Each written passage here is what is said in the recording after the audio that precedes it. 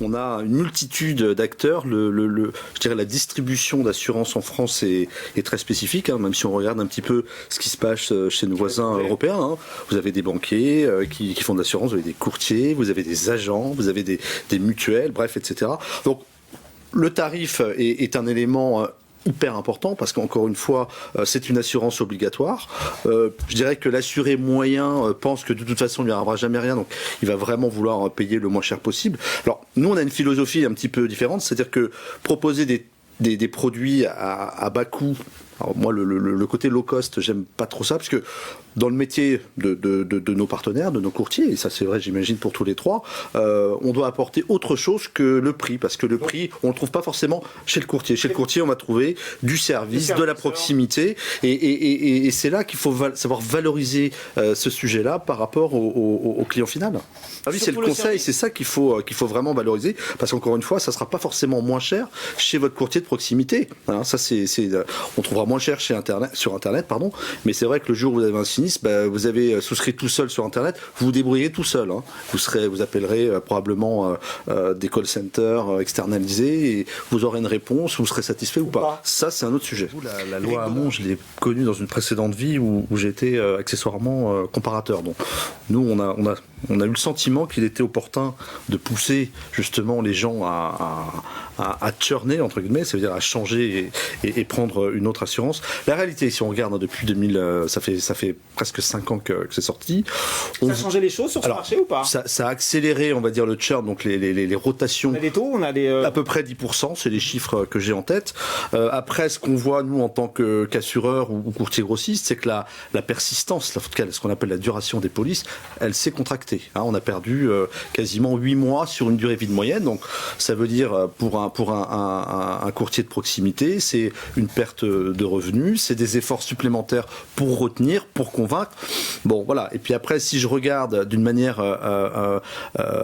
assez pragmatique, quand vous avez des gens qui dépensent de l'AdWords ou des choses comme ça pour acquérir les clients, donc là, il y a pareil, comme il y a un phénomène de concentration, il y a une hausse aussi des coûts d'acquisition. Donc, au final, ce que je veux dire, ce que je pense, c'est que c'est le client qui va le payer tout ça, parce que c'est bien, c'est vrai que ça peut être entre guillemets une bonne idée de dire on va donner du pouvoir au client de pouvoir changer tous les ans, mais l'expérience quelque part dans oui, mais c'est clair, c'est-à-dire que vous allez changer, vous allez faire une bonne affaire entre je prends l'exemple, vous êtes chez le même courtier ou chez le même assureur depuis 10 ans, vous changez, je vais avoir moins 10, moins 15%, je vais faire une économie significative, mais vous n'allez pas faire ça tous les ans. À un moment vous allez arriver à un plafond de verre et le prix sera le prix. Et puis vous resterez, puis vous verrez que, comme par hasard, votre tarif va augmenter au lieu de diminuer dans le temps. Ça, c'est Hervé Massier, quelles sont aujourd'hui, sur ce marché, les préoccupations des courtiers de proximité ? Alors, je dirais pour moi, il y a une préoccupation majeure aujourd'hui, et puis après, il y a beaucoup d'attentes. Hein. Il y a des préoccupations qui sont liées au contexte réglementaire. Hein. Faut voir que en permanence. 1, 2, 3. Enfin bon, on n'arrête plus. Donc, c'est vrai que voilà ça. Encore une fois, je vais vous faire le portrait un peu type du courtier de proximité. Hein. C'est souvent une petite affaire où on est 2, 3, on travaille en famille. Voilà, on n'a pas énormément de moyens et de ressources humaines, donc il faut essayer de comprendre tout cela. Donc, nous, notre rôle en tant que courtier grossiste, qui avons un peu plus de moyens et de ressources humaines, c'est de leur vulgariser cette information de manière à ce qu'ils puissent l'appliquer le plus simplement possible. Après, maintenant, plutôt en termes d'attente, moi je mouille encore le maillot pour aller voir régulièrement des courtiers, de quoi avez-vous besoin, etc. Et c'est vrai que beaucoup, en tant que grossiste, on travaille avec une plateforme, avec ce qu'on appelle un extranet, attendent énormément et ce qui revient quand même, parce que le sens de l'histoire, c'est que beaucoup avaient des codes auprès des compagnies il y a quelques années, puis les compagnies se sont désengagées. Alors ça a permis aux grossistes de prendre une belle place dans la chaîne de valeur. Mais aujourd'hui, le courtier, on sent qu'il veut aussi reprendre sa part dans la chaîne de valeur. Et donc, qu'est-ce qu'il demande ? Il dit, laissez-moi la main et ne me considérez plus comme un simple distributeur. Donc, je veux pouvoir intervenir sur le sinistre, je veux pouvoir missionner un expert, je veux pouvoir suivre le règlement du sinistre, etc., etc. Donc, il veut quelque part un peu reprendre la main, si je puis dire, sur autre chose que la distribution, en fait, sur la vision globale de son client. Que nous, on est déjà sur un marché où on est extrêmement lié au marché de l'occasion du véhicule. C'est quand même là qu'on fait des affaires. Donc, garagistes fermés, particuliers ne pouvant pas se rencontrer pour acquérir des voitures. Donc, ça a été très compliqué. Je parle vraiment là des réseaux de courtiers de proximité. Beaucoup ont travaillé à rideau fermé, comme on dit, mais ils étaient quand même présents.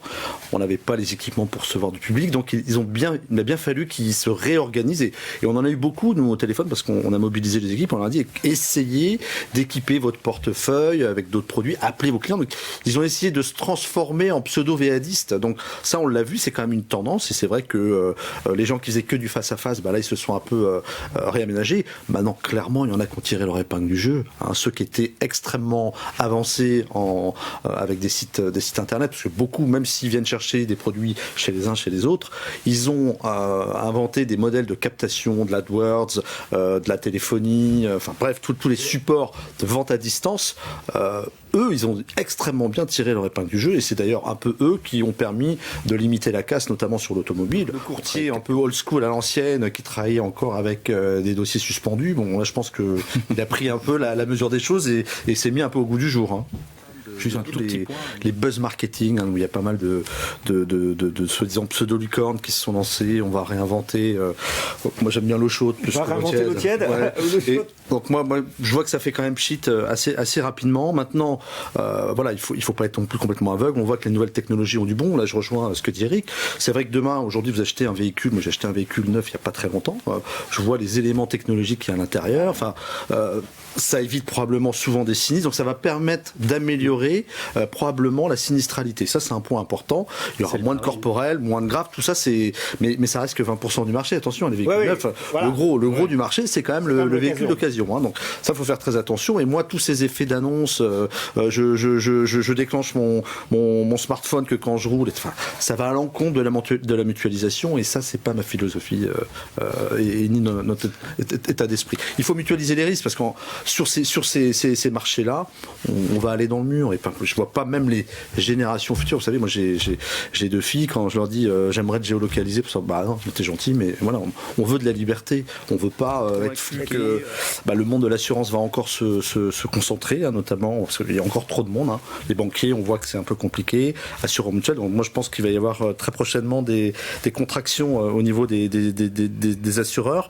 Après Internet, je pense qu'Internet ne capte pas encore beaucoup d'affaires nouvelles en auto. Je pense que cette tendance... Il y aura une accélération. Oui, je pense dans les 10-15 prochaines années, c'est-à-dire les jeunes qui ont une dizaine d'années, ils vont probablement l'acheter beaucoup plus sur Internet qu'aujourd'hui. Ça, c'est une certitude absolue. Et puis après, juste la vue sur les véhicules électriques, parce que aussi, je pense que dans les prochaines années, il va y en avoir de plus en plus. Et là, l'assureur va probablement adapter aussi son tarif. Mais il y a tout un écosystème qui va se créer. On parlait tout à l'heure des réseaux des garagistes. Le garagiste, il va devenir électricien. Et puis, le recyclage, enfin, tous ces métiers-là vont se réinventer. Donc, on a encore de belles choses à vivre dans les prochaines années.